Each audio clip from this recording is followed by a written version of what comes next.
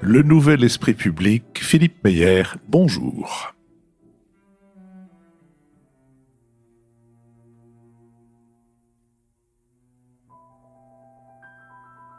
Bonjour, merci de nous avoir rejoints pour ce nouvel esprit public enregistré en public à l'école alsacienne, en présence d'un public qui a bravé le beau temps pour venir jusqu'ici. Nous allons tenter d'éclairer certains aspects de l'actualité et nous le ferons avec Jean-Louis Bourlange, président de la Commission des Affaires étrangères de l'Assemblée nationale, avec François Bujon de l'Étang, ambassadeur de France, avec Béatrice Gibelin, directrice de la revue Hérodote, et avec Nicole Niesotto, vice-présidente de l'Institut Jacques Delors.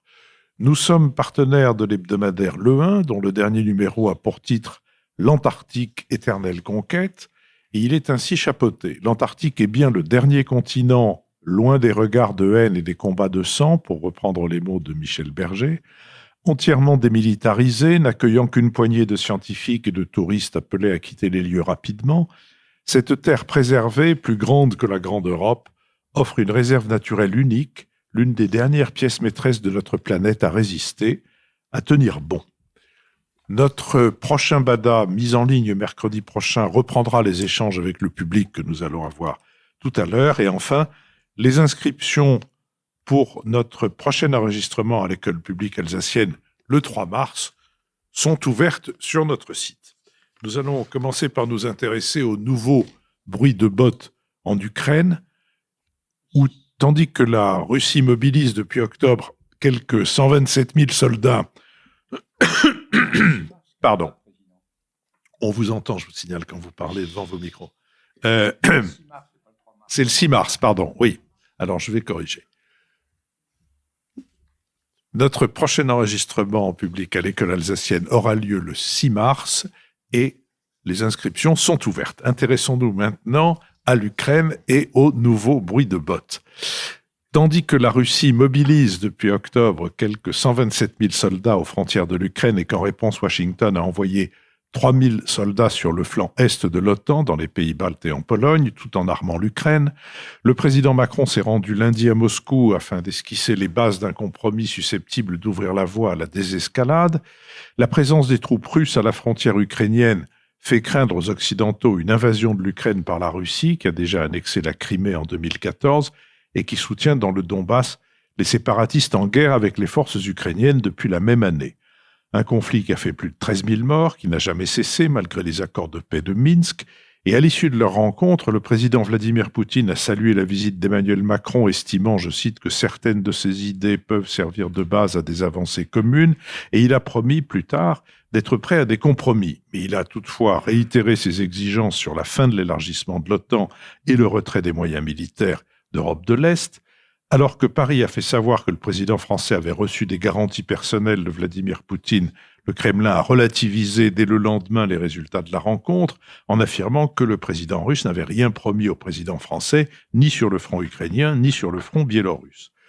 Emmanuel Macron s'est ensuite rendu mardi à Kiev, où il a rencontré son homologue, Volodymyr Zelensky, qui a rappelé ses lignes rouges: intégrité territoriale, refus de négocier directement avec les rebelles du Donbass, refus de toute interférence dans la politique étrangère de l'Ukraine. Emmanuel Macron a terminé sa tournée diplomatique mardi à Berlin avec le chancelier allemand Olaf Scholz, de retour de Washington, et le président polonais Andrzej Duda. Si ces visites à Poutine et Zelensky n'ont pas produit d'avancées concrètes sur le conflit qui oppose les deux pays, le président français est tout de même revenu avec un demi-succès. Le dialogue se poursuit. Pour amorcer une désescalade, Emmanuel Macron a appelé à une réunion entre les représentants français, allemands, russes et ukrainiens dans le format Normandie, qui associe 4 pays depuis 2014. Cette rencontre s'est déroulée à Berlin jeudi, sans succès. Le même jeudi, les armées russes et biélorusses ont lancé des exercices conjoints en Biélorussie, aux portes de l'Ukraine. Ils se dérouleront jusqu'au 20 février. Le président Biden a appelé jeudi les citoyens américains à quitter maintenant l'Ukraine en raison du risque accru d'une invasion russe. Si Moscou et Minsk ont déjà mené des manœuvres militaires communes, les dernières en septembre 2021, elles se déroulent d'ordinaire à l'automne et sont annoncées au moins 6 mois d'avance. Cette fois, l'annonce n'a été faite que le 18 janvier et samedi, Washington a annoncé qu'il allait envoyer 3 000 soldats supplémentaires en Pologne. Sur cette question, François Bujon de l'Étang. Bon, merci Philippe. Je crois que la première question qu'il faut se poser, c'est d'essayer de comprendre ce que veut vraiment Vladimir Poutine. Que cherche-t-il? Quels sont ses objectifs? Moi, je pense il n'y a pas de doute sur l'objectif stratégique que recherche Vladimir Poutine. C'est très évident. Il cherche à recréer le socle impérial de la Russie éternelle. C'est-à-dire, au-delà des changements de régime, il est dans la continuité d'une politique qui va vraiment de Nicolas Ier, Alexandre II, jusqu'à Staline et ensuite jusqu'à Poutine. C'est-à-dire rétablir le socle impérial de ce qui est la Russie, et ça inclut évidemment l'Ukraine. Zbigniew Brzezinski, que je voyais souvent à Washington, avait une formule qui revenait souvent. Il disait « Sans Ukraine, pas d'empire ». Tout à fait clair, c'est exactement ce que pense Poutine, mais ça inclut aussi les autres anciennes républiques socialistes soviétiques.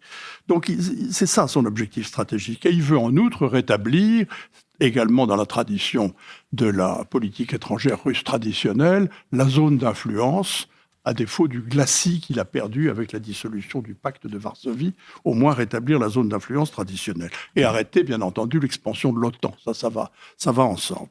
Alors voilà, tout ceci s'accompagne des ingrédients traditionnels de la cuisine de politique étrangère russe, c'est-à-dire un narratif victimaire dans lequel ils ont excellé depuis une quinzaine d'années maintenant, mais qui est nouveau, qui n'existait pas en 1991, qui a été créé après. On a réécrit ce qu'il fallait d'histoire pour le développer. On nous a ignorés pendant 30 ans. L'Occident a abusé de notre faiblesse. Monsieur Baker m'avait promis, etc. Tout ce qui est contesté et qui n'est pas accepté, mais c'est le narratif victimaire. Et puis d'autres ingrédients traditionnels de la politique russe. La pactomanie, par exemple. La pactomanie est une habitude soviétique, on a tous vécu ça. Il a soumis 2 projets de traité en bonne et due forme aux Américains, qui contiennent évidemment des quantités de demandes inacceptables. Ajoutons-y le complexe d'encerclement traditionnel et la menace d'usage de la force avec un très fort bruit de bottes. Alors, ça, c'est l'objectif stratégique. Maintenant, tactiquement, Monsieur Poutine cherche à créer une pression qu'il maintiendra et qui lui permettra de déstabiliser l'Ukraine et d'empêcher celle-ci de devenir, si jamais elle le pouvait, une histoire à succès, une success story qui pourrait donner des idées, évidemment, à la société civile russe. Donc pour cela, je ne sais pas s'il fera la guerre, l'avenir va nous le dire, mais en tout cas, il veut créer une tension et une menace de guerre dans lesquelles il peut évidemment développer sa politique et articuler ses exigences. Il veut attirer l'attention de Washington. Il n'a jamais digéré le fait que l'administration Obama, après qu'il eut refusé d'aller à Chicago pour un G8, ait décrété et même déclaré publiquement que ça fait rien, on allait ignorer la Russie et qu'elle était une puissance régionale. Insulte suprême, bien entendu. Alors, il veut attirer l'attention de Washington, rétablir le dialogue qu'il avait du temps où l'Union soviétique était une superpuissance avec les États-Unis et diviser l'Occident. Il pense que les États-Unis sont dans une phase historique de très grande faiblesse. Il a bien médité l'affaire de la ligne rouge en Syrie, l'abandon des Kurdes, l'abandon des Afghans. Il a très bien médité tout ça. Il pense qu'il peut compter sur le soutien de la Chine, que Xi Jinping lui a encore réitéré lorsqu'il est venu à l'ouverture des Jeux Olympiques d'hiver à Pékin. Il pense que l'Europe ne compte pas. De toute façon, la France ne l'intéresse pas, l'Allemagne, il la tient en otage avec le gaz, et la Grande-Bretagne, de toute façon, c'est un satellite des États-Unis, c'est le 51e État de l'Union, on peut l'ignorer.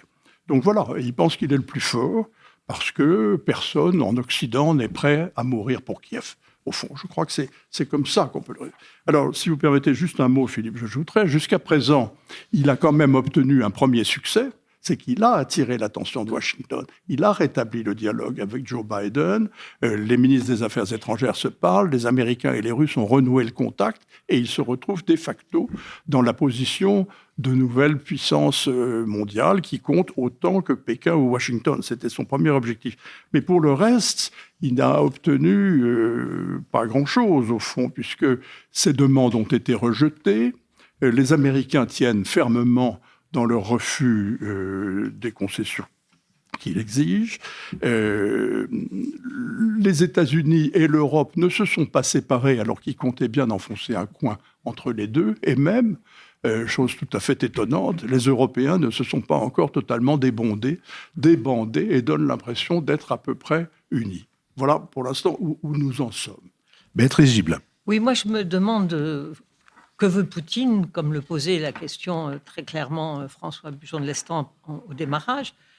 Et je crois qu'il a été pris lui-même par son discours d'un déclin de l'Occident, d'un déclin des États-Unis, d'une Europe inexistante. Il ne voulait même pas s'adresser à elle. Au fond, des gens dans une sorte de décadence, y compris avec le discours homo, mariage pour tous. Enfin, tout ça est dans le même... j'allais dire...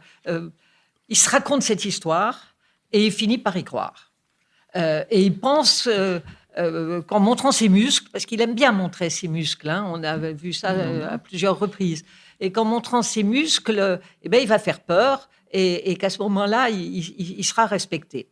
Or, vraiment, quand on réfléchit un peu, le fait d'avoir massé ces troupes, parce que quand même, quand on regarde une carte avec la localisation des troupes russes en Biélorussie, à la frontière russo-ukrainienne. Il occupe quand même le sud de l'Ukraine. Il fait des manœuvres navales en mer Noire.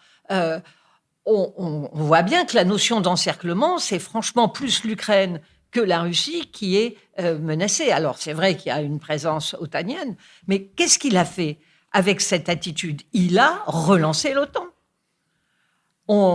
Alors que Macron avait parlé de mort cérébrale pour l'OTAN, maintenant, on a une OTAN qui retrouve puissance, à la limite qui fait sens. Les autres se disent, qu'est-ce qu'on a bien fait de rentrer dans l'OTAN? Parce que quand on voit comment ils se comportent, bon. Et d'autres disent, oh là là, qu'est-ce qu'on devrait bien rentrer dans l'OTAN quand on voit comment la Russie se comporte? Donc je me dis, mais qu'est-ce qu'il cherchait?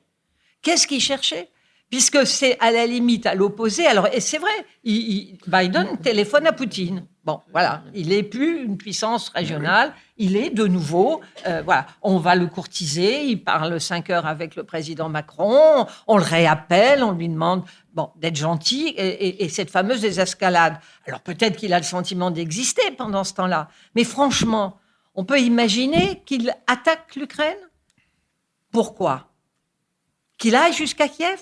Parce que quelles sont, j'allais dire, les conséquences de ce qu'il fait? Mais c'est d'éloigner les Ukrainiens de la Russie, alors qu'on a des liens familiaux, historiques, culturels, colossaux entre l'Ukraine et la Russie. C'est Kiev l'origine de ce qui sera la Russie. Or, avec cette politique, d'une certaine façon, il radicalise un nationalisme ukrainien qui voit toujours comme un fascisme qui vient de l'Ouest et qui était dans la main des Allemands, sans penser qu'une nation se construit aussi contre. Alors, ce qui était on va dire des peuples frères, puisque pour des Russes, à la limite, l'Ukraine n'existait pas. Ils n'arrivent pas à penser qu'il puisse avoir un nationalisme ukrainien. Et il est en train, d'une certaine façon, de faire la même chose en soutenant Loukachenko en Biélorussie totalement, ce qui fait qu'il y a une partie de la population biélorusse qui était très très proche de la Russie, qui commence à s'éloigner de la Russie. Franchement, quelle réussite il peut j'allais dire s'octroyer en étant dans une situation pareille. À la limite, il attaquerait le Donbass, et de toute façon, il a déjà pris la Crimée, mais franchement, le Donbass, c'est une région de vieille industrie qui est assez russophone, en vraiment très, très mauvaise OTAN. D'une certaine façon, avec un peu de cynisme, l'Ukraine serait débarrassée du Donbass. Bon. Mais on n'ira pas quand même jusque-là. Voilà, moi, comment je vois les choses. Nicole Nisotto. Oui, je trouve que d'un point de vue européen, on a deux énigmes. La première, c'est la stratégie russe, comme disaient Béatrice et François. Et puis la deuxième, c'est la stratégie américaine. Parce que d'un côté, on a une surenchère de la force chez les Russes. Et du côté américain, on a une surenchère de l'alarme du côté américain. Et d'un point de vue européen, les deux sont assez incompréhensibles. Du côté américain, je ne comprends pas. Si l'on veut dissuader une attaque russe sur l'Ukraine, il y a autre chose à faire que de dire moi j'enlève mes troupes, de toute façon je ne peux pas aller en Ukraine sinon c'est la Troisième Guerre mondiale, donc messieurs les Américains s'il vous plaît partez, et puis la guerre aura lieu le 20 à peu près, et donc voilà, et bien évidemment je ne vais pas faire de réponse militaire, donc je vais mettre des sanctions très dures dont les Européens seront les victimes, tout autant d'ailleurs que les Russes. On peut y revenir. Et donc, c'est absolument incompréhensible. Si Joe Biden voulait dissuader une attaque russe, il ne dirait pas « je m'en vais et de toute façon, je ne vais pas rétorquer militairement ». Donc ça, il y a quand même qu'un point, après, une fois la crise terminée, il faudra quand même que les Américains nous expliquent quelle est leur stratégie dans cette affaire.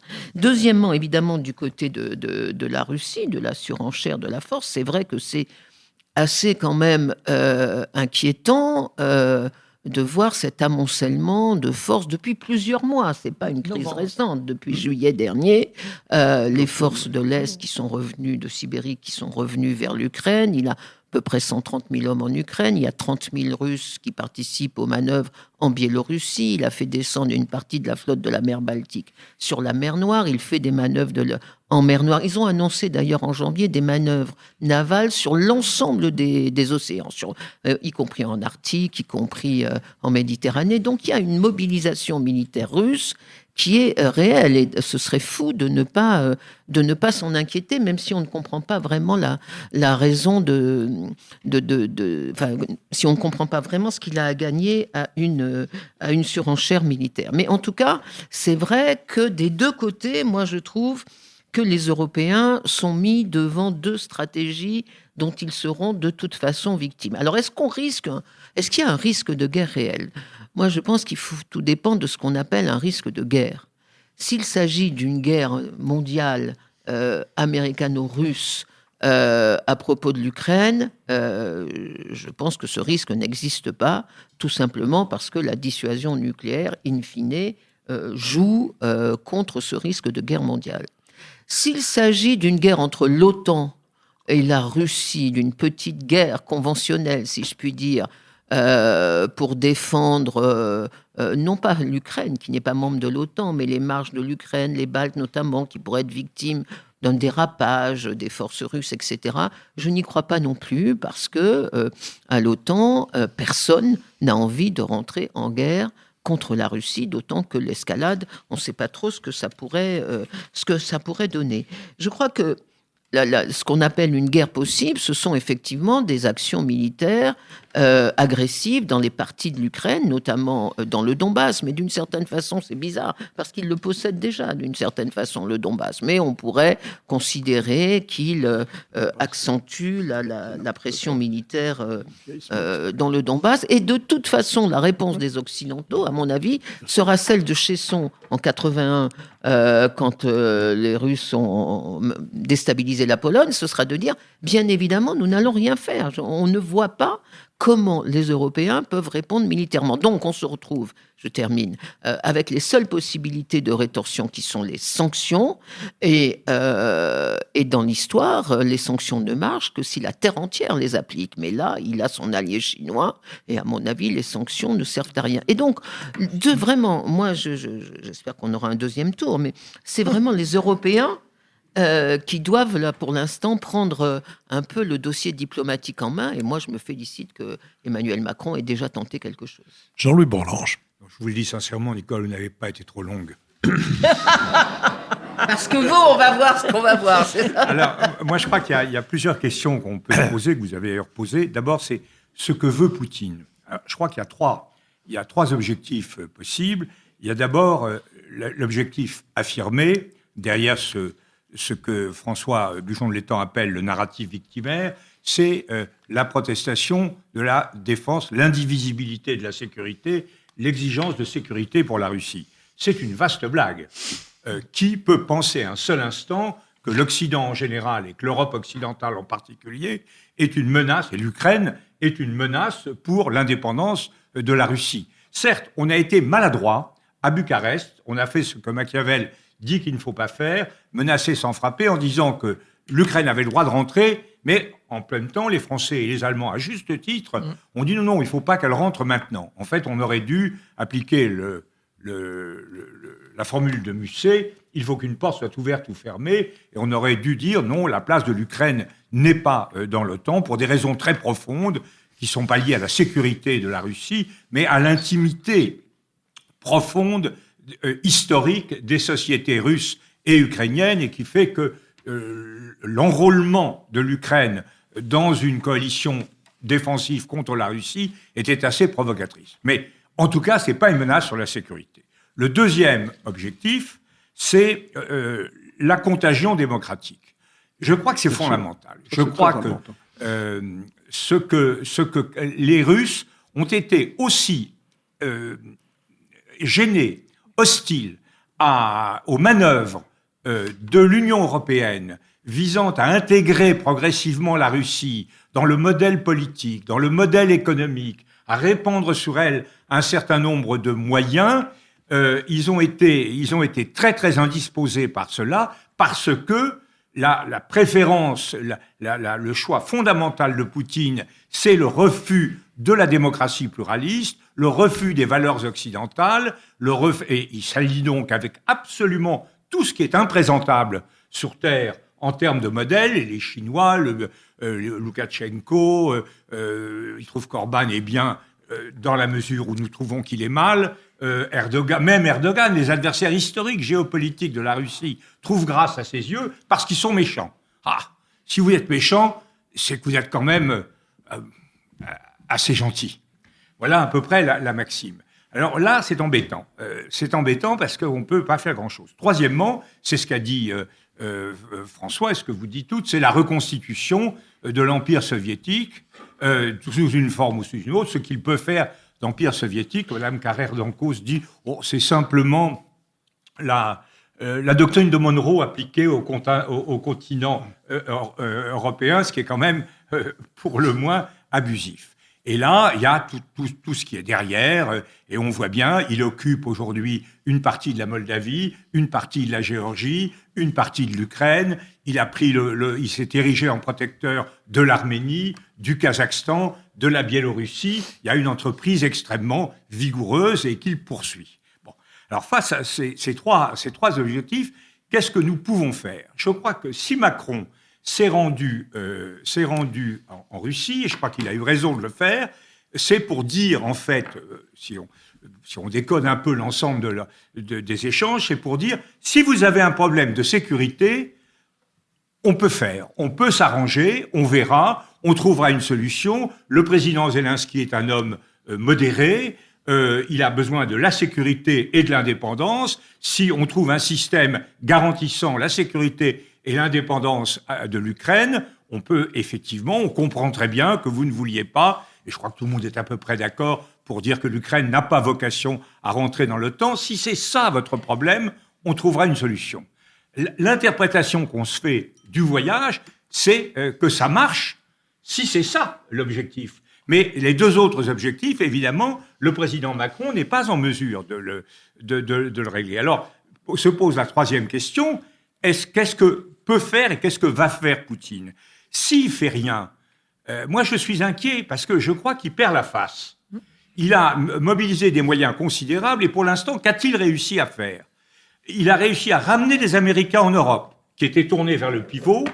Il a réussi à mobiliser des États neutres comme la Finlande et la Suède. La Suède a voté un acte législatif autorisant son gouvernement à rentrer à tout moment dans l'OTAN. C'est quelque chose de très très nouveau, très insolite de la part de ce champion de la neutralité historique qu'était la Suède. Et il a ressoudé, donc il a sorti l'OTAN de son coma cérébral dénoncé par Macron. Donc véritablement, c'est pas réussi si on s'en tient là. Et si la seule contrepartie qu'il a, c'est de ne pas être menacé, agressé par l'Ukraine, très franchement, c'est pas grand-chose. Alors la guerre, quels sont les avantages pour lui ? C'est des coûts élevés, les inconvénients, les coûts sont élevés mais limités. Nous sommes très embarrassés sur les sanctions entre les Allemands, sur le gaz, on voit bien l'hésitation des Européens à prononcer les seules sanctions qui frapperaient véritablement, qui sont les sanctions qu'on a appliquées à l'Iran sur la strangulation bancaire, économique, monétaire. Ça, les Européens sont très inquiets. On voit bien que le coût du gaz serait très élevé. Et en revanche, on ne peut pas ne pas voir qu'il a accumulé des moyens considérables, près de 150 000 hommes, qu'il fait des manœuvres dont il a dit à Emmanuel Macron, Ça, c'est confirmé par que la présence russe cesserait, mais il a dit le lendemain, quelques jours plus tard, que ce que Macron avait dit n'était pas vrai. Donc, il a des moyens considérables en Biélorussie. Et alors, reste la question, et je termine là-dessus, quelle est la nature de la guerre qu'il peut faire? Il y a plusieurs objectifs. Soit il renforce sa position entre la Crimée et le Donbass, soit il attaque Kiev, notamment par la Biélorussie, mais il y a aussi d'autres enjeux. Il y a la Moldavie. Moi, je crois que la Moldavie, c'est quelque chose... Les Moldaves, c'est un régime courageux qui lutte contre la corruption, qui lutte pour l'indépendance et qui est très, très menacé. Moi, j'ai reçu avec M. Ferrand la présidente moldave. C'est vraiment quelqu'un de tout à fait remarquable. Bon. Et là, ça leur plaît pas. Et ils sont déjà en Transnistrie, ils peuvent agir. Et enfin, il y a, si on fait de la géopolitique à l'état pur, derrière l'entente russo-chinoise, est-ce qu'il n'y a pas une possibilité d'action combinée en Ukraine et dans le Pacifique, notamment autour de Taïwan? Je ne dis pas forcément une guerre contre Taïwan, mais en tout cas une intensification de la pression militaire sur Taïwan. Alors donc, on est vraiment dans une crise qui est la crise la plus grave depuis la crise de Cuba. Avant de passer la parole à Béatrice Gibelin, je rappelle à tous qu'il y a mieux qu'un deuxième tour. Il y a les échanges avec le public tout à l'heure qui permettront à chacun de développer abondamment sa propre pensée. Béatrice Gibelin. Oui, moi je reste absolument convaincu qu'il y a eu une erreur d'analyse de la part de Poutine. Il s'est véritablement raconté une histoire sur un narratif victimaire dont parlait François. Il s'est raconté cette histoire-là et il y a cru. Et il se trouve maintenant dans une situation pour laquelle il n'est pas si facile que ça d'en sortir. Moi, il y a des formes de guerre. Il peut jouer sur les cyberattaques, qu'il déstabilise cette partie de l'Ukraine, enfin cet Est, sans aucun doute, et ça va durer longtemps. Je crois que ces manœuvres, il va les faire. Je ne le vois pas se lancer dans une guerre réellement. En revanche, déstabiliser dans la durée tout cet espace-là, ça, je pense qu'il en est absolument capable. Il a le temps pour lui. Et n'oublions pas encore une chose. Sa situation interne n'est pas bonne. Hein, on le dit maintenant souvent, c'est le PIB de l'Espagne. C'est le plus grand État du monde en superficie qui n'a que le PIB de l'Espagne, avec un effondrement démographique. On est aujourd'hui à 110 millions d'habitants en Russie. C'est un vrai effondrement avec une émigration forte des jeunes. Et ça, c'est extrêmement important. Donc, jouer ce nationalisme d'une guerre et d'une grande puissance, c'est un réflexe qu'il aura chez une partie de la population russe, mais il ne l'aura pas chez les plus jeunes. François Bujon de l'Étang. On va voir au 20 février, qui est la date de la fin des manœuvres prévues en Biélorussie, ce qui se passe. On va voir si effectivement il retire ses troupes de Biélorussie ou s'il les maintient. On va voir si les démentis des porte-paroles du Kremlin au propos de M. Macron disant qu'il avait obtenu des gestes de Poutine sur la Biélorussie sont vrais. On va en savoir un peu plus. Mais je pense que dans les semaines et les mois qui viennent, il y a 3 mots-clés en réalité dans cette affaire qu'il faut garder à l'esprit. Le premier, c'est celui de dialogue. Tout le monde dit qu'il faut nourrir le dialogue avec Poutine. Il est très heureux de renouer, j'insiste là-dessus, de renouer le dialogue avec Washington. Pour lui, c'est un succès. C'est déjà un succès tactique qu'il a obtenu. Il va le développer, il peut en sortir de bonnes choses dans d'autres domaines que l'Ukraine. Il peut en ressortir des vraies discussions sur le contrôle des armements, sur la suite de START 1, sur les armes intermédiaires. Il peut en sortir toutes sortes de choses. Donc la poursuite du dialogue en elle-même, est un succès pour Poutine. Donc, ça peut lui permettre de proclamer la victoire à un moment où il décidera de la proclamer, relativement. Et deuxièmement, il faut voir où cela mène. Le deuxième mot-clé, c'est celui de désescalade. La désescalade, on va voir justement après la Biélorussie. Ce sera le premier test de désescalade, parce que ce n'est pas les accords de Minsk, l'application des accords de Minsk qui vont probablement offrir beaucoup de voies de progrès. Les Ukrainiens sont très négatifs. Et le troisième mot, qui mériterait à lui seul, je pense, une bonne demi-heure de discussion, mon cher Philippe. Nous l'aurons dans les échanges avec le public. Je dis ça pour servir de tremplin à Jean-Louis. C'est le mot de finlandisation. C'est-à-dire le fait que l'OTAN, finalement, accepte l'idée que l'Ukraine n'y rentrera pas et que l'Ukraine accepte l'idée qu'elle n'entrera pas dans l'OTAN. Et la finlandisation, c'est pas quelque chose... Alors, c'est un mot totalement tabou. Personne n'ose l'utiliser. D'abord parce qu'il rend les Ukrainiens hystériques. Ensuite parce qu'il sent la guerre froide à plein nez. Donc, on ne parle pas de finlandisation, mais tout le monde y pense. C'est ce que les Américains appellent l'elephant in the room. N'est-ce pas ? On n'en parle pas. Mais la finlandisation, ce n'est pas quelque chose qui se négocie, qui se proclame par traité. Je vous rappelle que dans la vraie finlandisation, c'était un état de fait qui a été créé par une attitude adoptée sagement par les autorités finlandaises qui ont choisi une certaine ligne de conduite qui a amené à ce que, de facto, la Finlande soit indépendante, libre de ses mouvements, mais ne demande pas à entrer dans l'OTAN. Il faudrait une ukrainisation qui amène les Ukrainiens, finalement, à choisir une politique de ce type et à établir, sans le proposer par écrit, sans le négocier par traité, un état de fait, une ligne de conduite qui serait de ne pas faire entrer l'Ukraine dans l'OTAN. Et ça fait 20 ans que nous aurions dû nous fixer cette ligne de conduite. Nicole Liesotto. Oui, moi aussi, je pense que il a réussi beaucoup de choses déjà, Poutine, et c'est plutôt rassurant parce que s'il engrange des succès, il n'aura peut-être pas besoin de passer à l'action militaire. Oui. Il est devenu très chinois, c'est-à-dire la victoire sans la guerre, d'une certaine façon. Et premièrement, il est redevenu le centre du monde.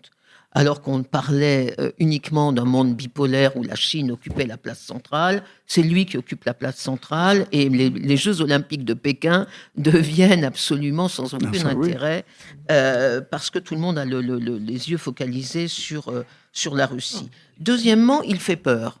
Il fait peur à tout le monde, y compris aux Américains, et ça suffit pour déstabiliser le centre de l'Europe. Son objectif n'est pas de reconquérir la Pologne ou même les Pays-Bas. Son objectif, c'est de déstabiliser la zone tampon entre lui et l'OTAN. Et ça, il a parfaitement réussi. Il laissera quelques troupes, ils vont en enlever. Et il fait peur. Troisièmement, je ne crois pas... Bien sûr, il renforce l'OTAN parce que tout le monde veut y rentrer. Mais en même temps, il décrédibilise complètement le rôle militaire de l'OTAN, puisque l'OTAN ne pourra pas intervenir pour défendre l'Ukraine, puisque l'Ukraine n'est pas membre de l'OTAN et qu'aucun pays membre n'est prêt à prendre les armes pour défendre l'Ukraine. Donc il va montrer que cette OTAN que tout le monde veut rejoindre ne sert à rien parce qu'il n'y aura pas de... Il fait la guerre. Mais il n'y aura pas de manœuvre militaire de l'OTAN. Alors l'OTAN marche. Non, oui, exactement. Il faut choisir. Mais non. Évidemment, mais déjà, il a fait la guerre. Il a pris la Crimée. Il déstabilise le Donbass. On n'a rien fait. Il a pris 2 morceaux de Géorgie. On n'a rien fait. Et donc, il peut faire encore plus. On ne fera rien. Et dernier point, si je puis dire, il a réussi encore plus à diviser l'Europe. Parce que moi, ce qui me frappe, c'est que nous, Français, on trouve que c'est quand même pas normal que l'Europe soit pas à la table des négociations. Et on trouve très bien que Macron essaye de faire quelque chose. Nos partenaires européens sont très contents que l'Amérique soit en leadership de cette négociation. On leur avait tellement dit que l'Amérique ne pense qu'à l'Asie, que là, enfin, Biden montre qu'il s'intéresse à l'Europe, c'est lui qui est le leader. Et donc, nos partenaires européens sont très contents que l'Amérique soit en première ligne et très furieux que Macron essaye de se mettre entre le... Jean-Louis Borloo. Oui, je crois que je ne suis pas d'accord sur l'OTAN, parce que de 2 choses l'une, où Poutine canne, il obtient effectivement des choses. Je ne l'ai pas évoqué, mais je suis tout à fait d'accord avec ce qu'a dit François Bujon-Letang. Il y a des tas de négociations depuis l'abandon de START sur les armes stratégiques, les forces nucléaires intermédiaires, même le déploiement des forces conventionnelles, qui est une négociation OSCE dans laquelle nous serions impliqués. Là, il y a du grain à moudre. C'est d'ailleurs ce qu'a dit, sans aucun doute, le président Macron à Vladimir Poutine. C'est tout à fait exact. Mais en revanche, s'il n'obtient rien, l'OTAN aura été renforcée et aura exercé, ça sera exactement la stratégie chinoise à l'envers, aura exercé un pouvoir réel sans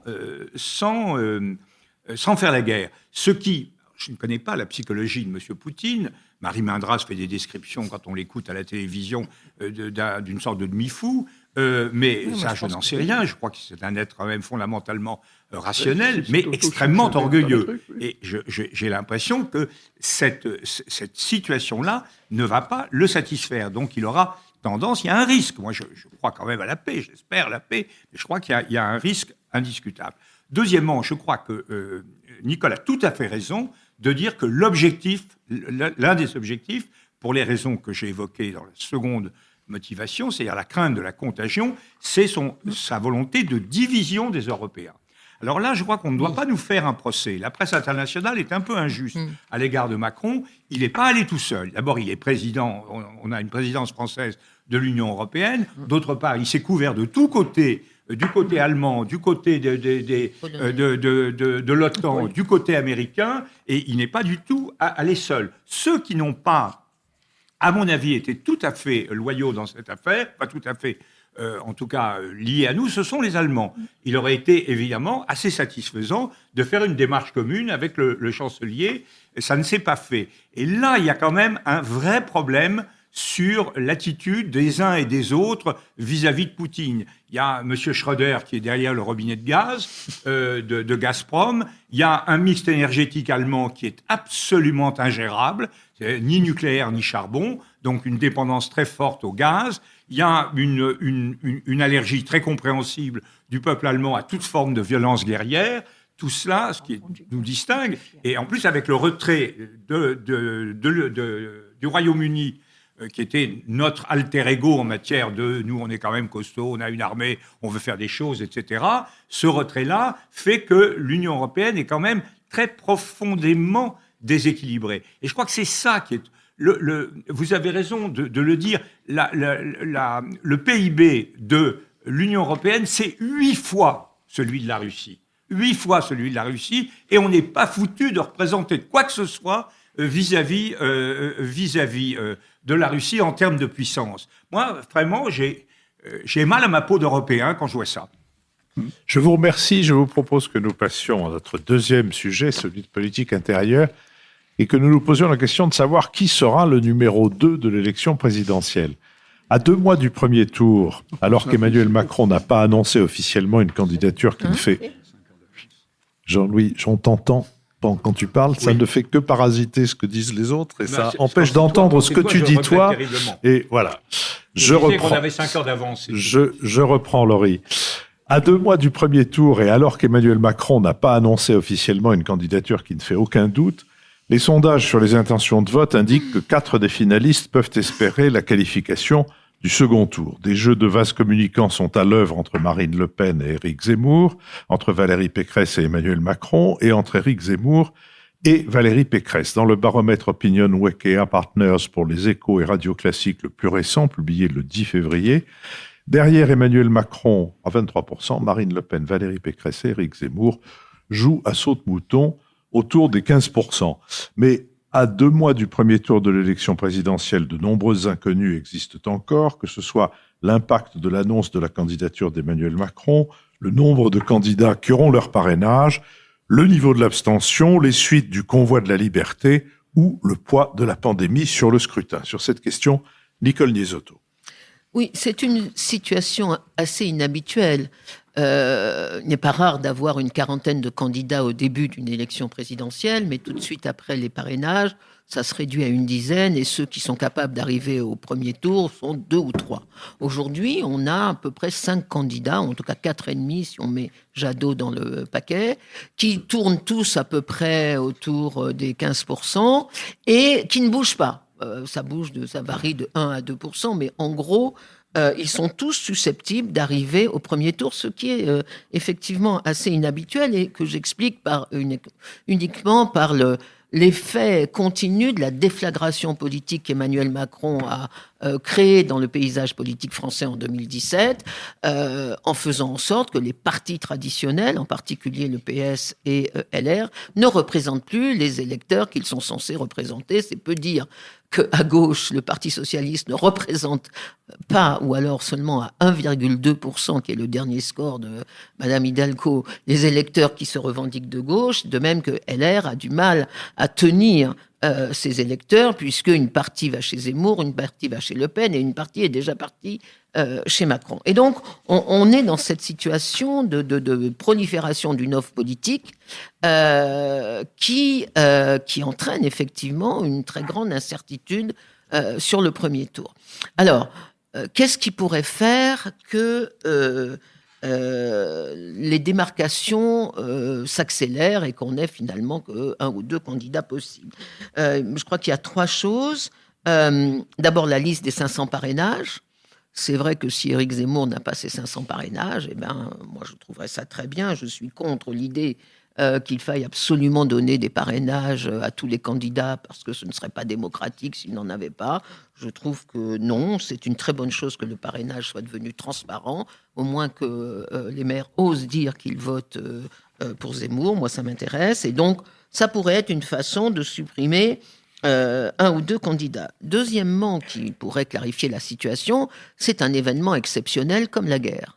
Il est évident que si les Russes passent à une attaque, même minime, sur l'Ukraine, d'abord Emmanuel Macron sera roi du monde, et deuxièmement, Madame Le Pen sera largement décrédibilisée comme étant une alliée un peu trop marquée de la Russie. Un peu moins pour Madame Pécresse, mais le fait qu'elle ait récupéré beaucoup d'électeurs de Fillon pourrait jouer aussi contre elle. Et troisième élément qui pourrait faire en sorte que ça se décante beaucoup plus vite que prévu, ce sont les alliances possibles. Alors, c'est théoriquement un facteur de clarification, mais je n'en vois pas beaucoup la possibilité à gauche. C'est vrai que si on accumule toutes les voix de gauche, ils sont à plus de 15%. Si on met Mélenchon, Jadot, je ne sais plus qui, Taubira... Hidalgo également. Hidalgo, Hidalgo et le communiste, là, tellement formidable, Roussel. Très sympathique. Très sympathique et formidable. Les jours heureux, c'est un slogan extraordinaire. Donc, si on met tous ces gens ensemble, ça fait 15%. Et donc, s'ils arrivaient à une alliance de gauche, il y aura une possibilité d'être au deuxième tour. Mais on n'en voit pas la possibilité. Et quant à droite, on en voit encore moins la possibilité maintenant. Alors, j'attends mon deuxième tour pour faire la suite. Béatrice Gibla. Moi, je vais dire bien malin celui qui peut dire qui sera présent au deuxième tour dans la course des petits chevaux qu'on a au moins à droite. Franchement, on a encore un nombre d'électeurs indécis, à peu près 1 sur 2. Un, il n'est pas sûr d'aller voter. 2, il ne sait pas ce qu'il va aller voter. Donc, on est véritablement encore dans une très, très grande incertitude. Alors, tout le monde attend l'arrivée de Macron en campagne, à part qu'il est en campagne. Donc, moi, je ne vois pas très bien, le fait qu'il dise « je suis candidat », qu'est-ce qui va tout d'un coup tout changer ?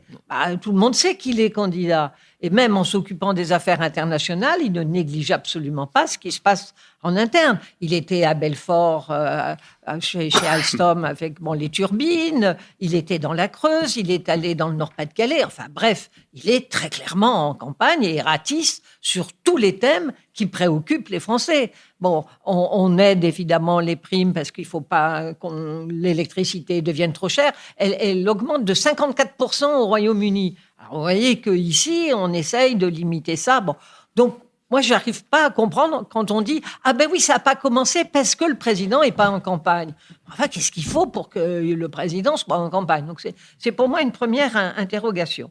Alors après, si on regarde quelques dynamiques, parce que c'est vrai ce qu'a dit Nicole, ils sont à peu près sur un plateau, avec des plateaux quand même qui ne sont pas toujours au même niveau depuis quelque temps. On voit bien que Marine Le Pen a baissé, on voit bien qu'Éric Zemmour a monté. Après, j'allais dire, de grosses maladresses en janvier, il a réussi à se redresser. On est moins sur le grand remplacement, on est maintenant sur le grand déclassement, c'est-à-dire, ça y est, il se met à pédaler sur le pouvoir d'achat à toute allure. Bon, il sait faire des meetings, il sait enflammer des gens, parce que ce qui s'oppose à lui à l'extérieur est quand même beaucoup plus faible que ce qu'il y a à l'intérieur de ces meetings. Et puis Valérie Pécresse, on dit qu'elle est sur un faux plat. Alors on attend beaucoup de son zénith aujourd'hui. Elle va fendre l'armure, elle va incarner enfin cette rencontre entre le peuple et une grande personnalité. Valérie Pécresse est ce qu'elle est. Elle va pas tout d'un coup se transformer. C'est une très bonne élève, brillante, très sérieuse, très bourgeoise, parce que c'est son milieu et elle va pas savoir comme Chirac aller taper au cul des vaches et parler aux paysans. Elle sait pas faire ça et je vois pas comment tout d'un coup elle va se transformer pour le faire. Donc moi je termine. Ce qui m'inquiète juste un peu, c'est si on reste dans une dynamique Zemmour avec une très forte abstention, on est un Zemmour au deuxième tour. Bien sûr, on aura un Macron élu, mais qu'est-ce qu'on aura eu honte. François Bujon de l'Étang. Oui, pour dire la vérité, Philippe, j'aime pas énormément le jeu auquel vous nous conviez, qui est de chercher à dire qui sera la deuxième personnalité au deuxième tour. C'est pas tout à fait un jeu parce que ça n'aura pas les mêmes conséquences selon que c'est l'un ou l'autre. Comme disait Pompidou, je ne suis pas Madame Soleil et on peut commenter éternellement les sondages, d'autant plus qu'il y en a de plus en plus. Moi, je suis frappé par le nombre de sondages quotidiens qui maintenant viennent marquer cette campagne et alimenter finalement les commentaires des uns et des autres. Je préfère me concentrer sur les caractéristiques de cette campagne par rapport à celles qu'on a connues dans le passé. Par exemple, à celle de 2017. Alors, la première différence majeure, c'est qu'il y a un président sortant qui se représente. Et là, je suis entièrement d'accord avec Béatrice quand elle dit que c'est pas la date à laquelle il va déclarer sa candidature qui va changer quoi que ce soit à la nature de la campagne. C'est le faux problème par excellence. Qu'il se déclare le 20 février ou le 4 mars, ça ne change rigoureusement rien. Il est en campagne, il est candidat, tout le monde le sait. Il fait la course en tête dans les sondages, alors même qu'il ne s'est pas déclaré. Bon, on va voir. Mais c'est la première différence avec 2017. La deuxième, c'est qu'il y a 3 candidats de droite, au fond, qui sont en compétition, ce qui est un type nouveau. Ça divise. Il y a un candidat d'un type nouveau qui est Zemmour. Il divise l'extrême droite en deux. Et puis il y a une candidate qui est dans la lignée traditionnelle de l'ex-RPR-UDR et qui espère beaucoup que M. Zemmour va réussir ses 500 signatures, va réunir ses 500 signatures parce que c'est ça qui lui permettrait de pomper des électeurs de Marine Le Pen et qui donnerait une chance à Valérie Pécresse d'arriver au deuxième tour. Il y a les anciens soutiens de Fillon. Alors ça, je trouve ça très intéressant, qui était quand même... Fillon avait fait 20% au premier tour de l'élection de 2017 et aujourd'hui, ces anciens électeurs sont divisés en 3 groupes, grosso modo. Il y a ceux qui sont allés, évidemment, chez Valérie Pécresse, il y a ceux qui vont chez Zemmour, parce qu'il y en a pas mal, et il y a ceux qui ont rejoint Macron il y a déjà longtemps, comme Édouard Philippe, etc., ou bien, plus récemment, comme Éric Woerth, par exemple, ou la maire de Calais. Ça, c'est intéressant, parce que ça prouve qu'il y a une espèce de dispersion des voix de droite, alors que la droite est clairement très majoritaire dans le pays. Elle est en fait répartie entre des candidats, dont un est le président sortant qui se représente. Quant à la gauche, elle est effectivement tellement fragmentée, tellement morcelée qu'elle reste dans le paysage, mais qu'elle n'a, semble-t-il, aucune chance d'avoir un candidat se réclamant d'elle, passer le cap du premier tour et arriver au second. Ça, c'est un premier point. Le second, c'est Béatrice qui l'a mentionné, c'est la grande stabilité dans les sondages. En réalité, on a une stabilité extrême dans les sondages, avec juste des variations infimes d'un sondage à l'autre, etc.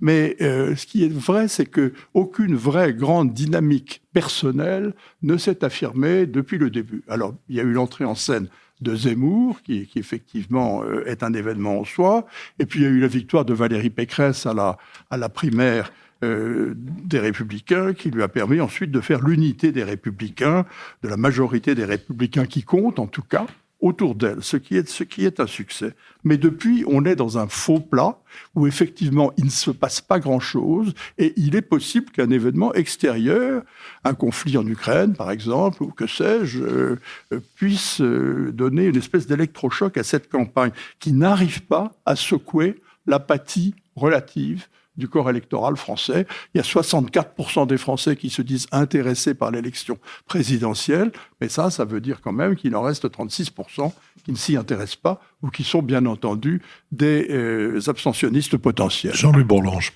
Oui, moi j'ai été lâchement agressé par François Bujon de l'Étang, car je ne vous cachais pas que c'est moi qui ai proposé à mes camarades ce sujet-là, à savoir qui a des chances. Qui voyons-nous au second tour. Je ne t'ai pas balancé, je te ferai remarquer. Pour une raison simple, c'est que je trouve qu'il n'est pas interdit que notre panel se pose les mêmes questions que la plupart des observateurs, que la totalité des observateurs et des électeurs qui s'intéressent à l'élection présidentielle, car c'est la seule question aujourd'hui qui se pose. Comment se profile le deuxième tour de l'élection présidentielle? Alors je voulais mettre les points sur les i avec la dernière énergie.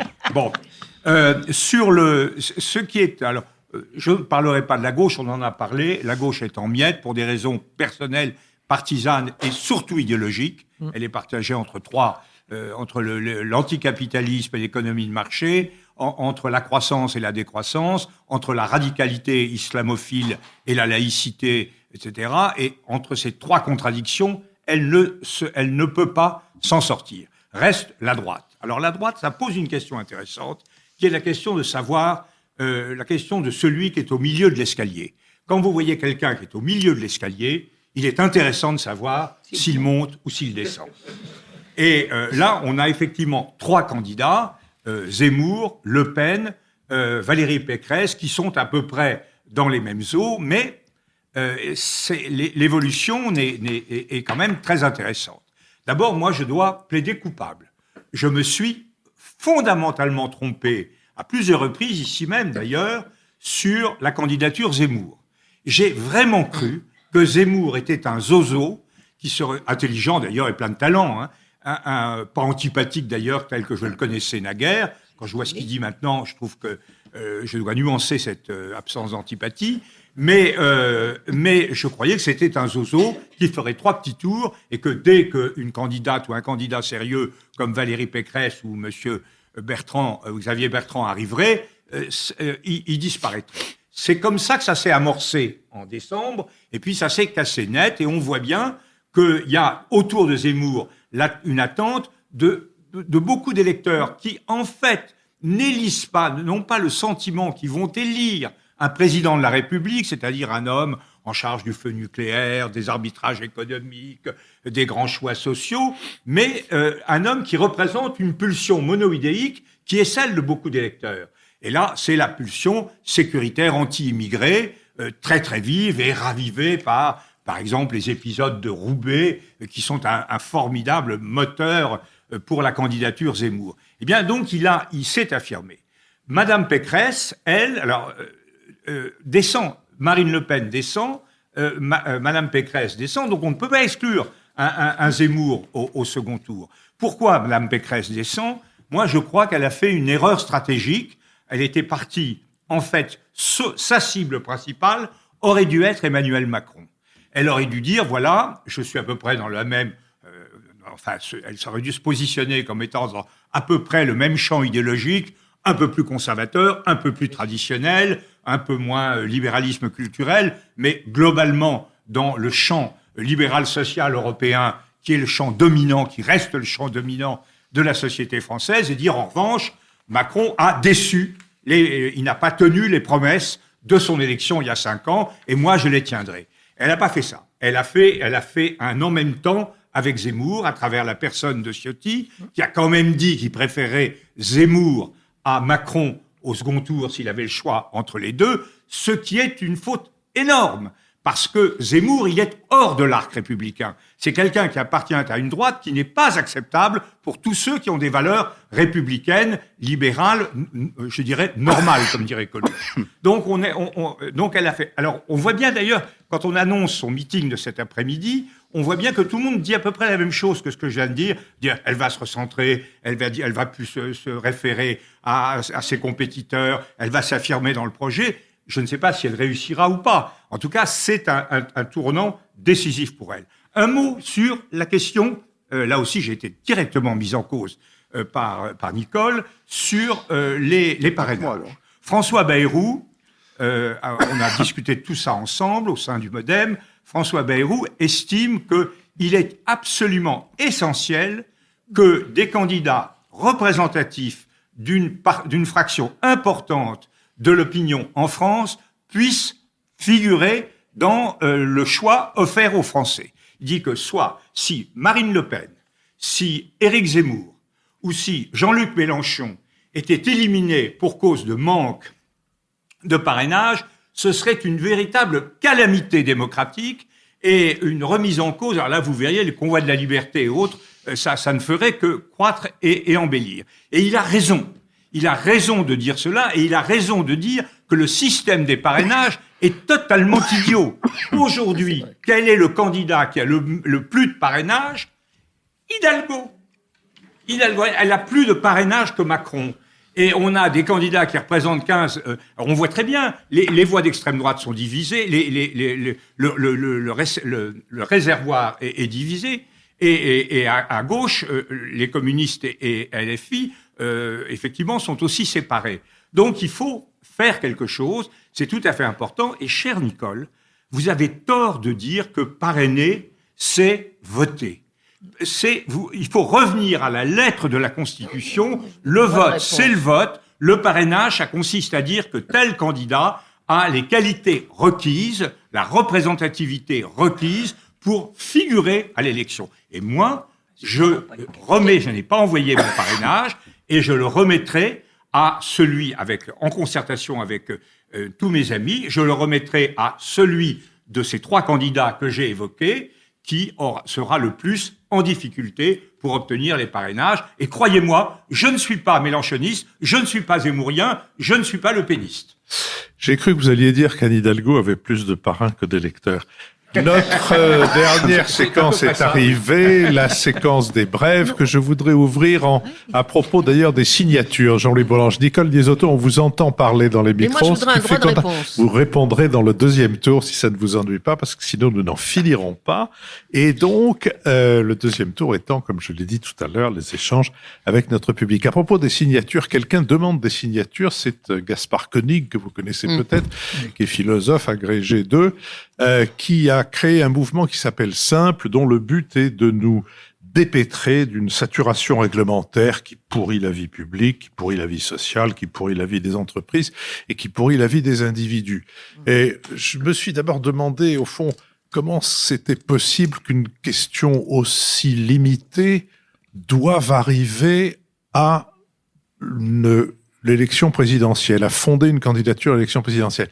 Et au fond, c'est peut-être parce que le fonctionnement démocratique est si insuffisant, que même la démocratie elle-même est si pétrifiée dans son fonctionnement, que pour poser des questions limitées et simples, il faille se présenter à la présidence de la République, ce qui devient un peu étrange parce qu'on voit le moment venir où pour régler un problème de voisinage, il faudra se présenter à la présidence de la République pour demander que la hauteur des haies soit limitée. Mais cependant, pour le moment, c'est comme ça et que donc, puisqu'il y a à peu près 40 000 personnes en France qui sont susceptibles de parrainer cette candidature, je souhaite que la candidature de Gaspard Koenig soit soutenue et parrainée. Béatrice Gibelin. Bien, moi, je recommanderais la lecture d'un ouvrage de Guillaume Pitron, L'enfer numérique, voyage au bout d'un like. C'est un ouvrage, il avait déjà écrit un ouvrage sur les métaux rares. C'est un journaliste d'investigation, d'enquête, tout à fait sérieux. Et c'est très intéressant parce qu'on est tous avec nos iPhones, on est tous sans arrêt connectés et on en a impérativement besoin.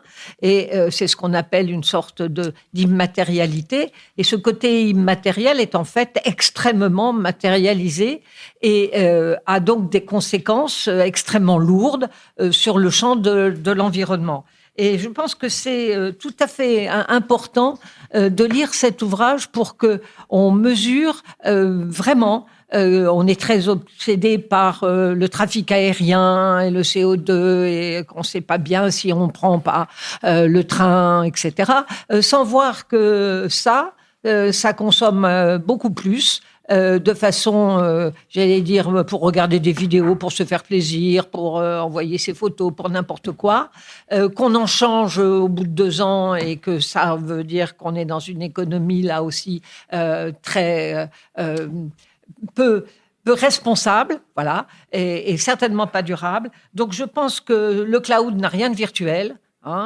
Tout ça, c'est des câbles, c'est des tonnes et des tonnes de minerais pour réaliser ce genre d'instruments. Donc, lisez cet ouvrage et vous changerez votre smartphone un peu moins rapidement. François Bujon de l'Étang. Moi, je vais m'éloigner prudemment des bruits de bottes et de la politique, puisque j'observe que Jean-Louis rivalise avec la Russie éternelle en matière de complexe d'encerclement et se croit agressé à la fois par Nicole et par moi. Donc, je suis atteint de fièvre obsidionale. Beaucoup plus prudemment, la fièvre obsidionale. Oui. Beaucoup plus prudemment, je vais retourner à un de mes domaines d'élection qui est celui de la musique. Je n'ai pas pu jouer mon rôle de vigie des nouveautés en matière de jazz depuis 6 mois, mais les convalescences ont ceci de commode qu'elles permettent d'écouter beaucoup de musique. Donc je voudrais vous recommander un disque d'un pianiste que Philippe connaît et qui est Giovanni Mirabassi, pianiste italien établi à Paris depuis très longtemps, et qui vient de sortir un merveilleux disque en solo. C'est la première fois, d'habitude il joue en trio avec notamment ce magnifique contrebassiste qui est Gianluca Renzi. Mais là, c'est un disque en solo, comme l'a fait Bill Evans dans le temps, comme l'a fait Keith Jarrett fréquemment. Et ce sont bien entendu les deux sources d'inspiration principales de Giovanni Rabassi. Son nouveau disque s'appelle Pensieri isolati, pensée isolée. Il lui a été dicté, dit-il, par le confinement, et par le fait qu'on est isolé pendant le confinement. C'est un merveilleux disque. Et si vous ne réagissez pas avec émotion à Reactionary Tango, par exemple, ou à What's New, qui sont deux des thèmes qu'il développe merveilleusement dans ce disque, c'est que votre cas est encore plus grave que vous ne le pensez. Jean-Louis Bourlange.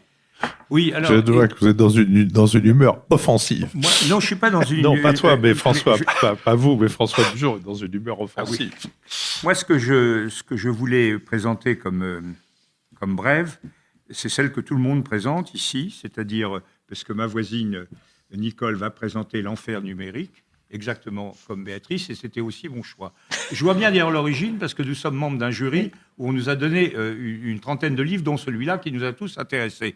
Mais alors, je me suis dit que 3 fois le même livre, quelles que soient les qualités de M. Pitron, qui sont grandes, qui a fait Qui des sont analyses très grandes. extrêmement intéressantes aussi sur les métaux rares, sur le lithium, c'est très intéressant. J'allais proposer autre chose, un livre que j'ai pas vraiment lu, que j'ai reçu, que j'ai parcouru, qui me paraît très clair. Ça très favorise intéressant. l'impartialité.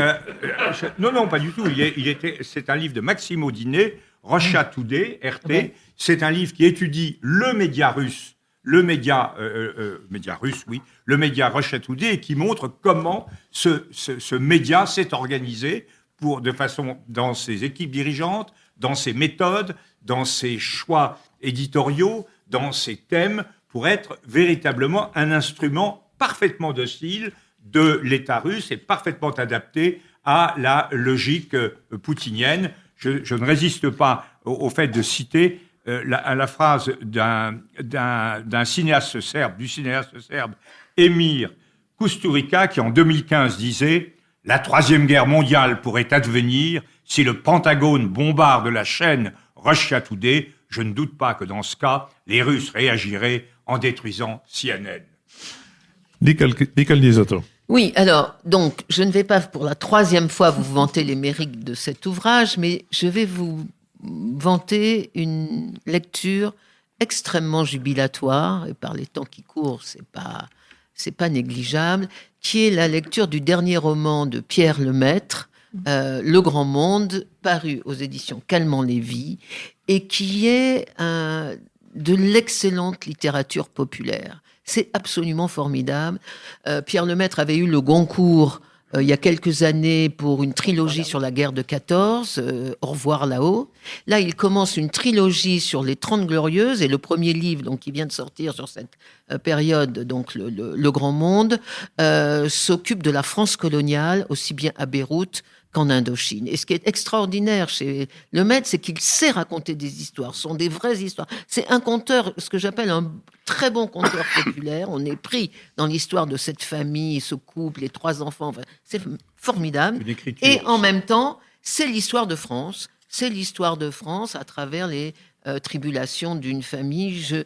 Moi qui viens juste avant de terminer le Houellebecq, je dois dire que je suis très déçu par le Houellebecq et très enthousiaste sur le Pierre Lemaitre que je vous conseille. Je vous remercie. Je remercie Sophie Jacquin avec qui cette émission a été préparée, Laurie Galigani et Christian Sori de l'école alsacienne qui l'enregistrent et qui vont enregistrer le Bada. Je remercie également Benoît Carré qui a la charge de notre compte-rendu analytique, de notre compendium, Nicolas Tourneau, qui s'occupe de notre plateforme, Olivier Magloire qui veille sur les plateformes de financement, et je remercie également, évidemment, l'école alsacienne qui, une fois de plus, nous accueille et qui nous accueillera de nouveau le 6 avril prochain. 6 mars. Qui nous accueillera bientôt, et plus précisément le 6 février, le 6 c'est mars. pas très républicain. Le 6 février, c'est passé. Le 6 mars, ça arrive. C'est à peu près ce que j'avais dit à 2 ou 3 chiffres près. Donc le 6 mars prochain, l'école alsacienne, j'ai pas dit l'école Lorraine par exemple, j'aurais pu me tromper. L'école alsacienne nous accueillera et les inscriptions sont déjà ouvertes sur notre site www.lenouvellespritpublic-sans-séparation.fr. Merci. Nous allons maintenant avoir le deuxième tour tant attendu par Nicole Niesotto. Et c'est à l'instant même, le temps juste que ceux d'entre vous qui ont laissé un poulet au four puissent aller le sortir avant qu'il soit carbonisé. Merci.